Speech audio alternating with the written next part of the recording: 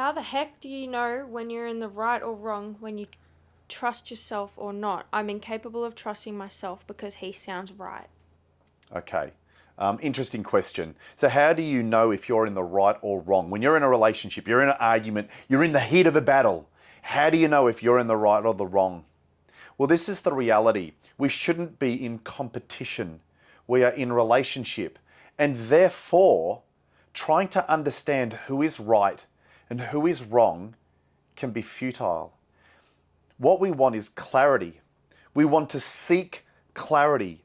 We want to clear the fog from the situation, and we want to understand how we can grow from a situation. So in order to do that, we've got to shift perspective. You've got to shift perspective from yours to theirs, to see what they're seeing, to come up with the answers that they're giving you. Let me give you an example. Describe what you see. This isn't a clever test. You see a palm, you see fingers, you see scars, you see an ugly hand. But you see, I want to talk about the blue dot. I want you and I to talk about the blue dot, and I want to know why the blue dot is so significant. And you're looking going, what blue? I'm the massive blue dot. It's the biggest thing in my life. It's the biggest thing in my view. And I want to talk about that blue dot.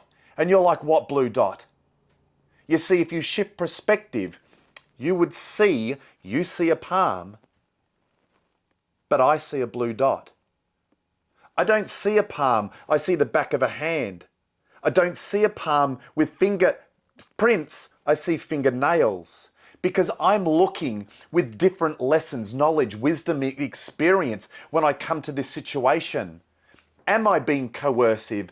Am I being manipulative? Am I being abusive? See, when you drop your humility and shift perspective, it's not about finding out whether someone is right or wrong. It's about shifting position, looking at what they're looking at, which means you've got to drop your ego. You've got to come through with humility and look from that angle. Now, in order to see what they're seeing, a blue dot, you might have to factor in levels of abuse. It doesn't have to be right to see it. You just want to see what they're seeing. And when you do that, you will get clarity. But then also listen to the cues in the discussion. Look at the behavioral patterns, what's led up to it. Find intent. And these are just some of the things that you can do to seek clarity and sift through all the bullshit. Know your worth. Speak your truth. Drop your ego. Don't be in competition. Be in relationship. Stay strong.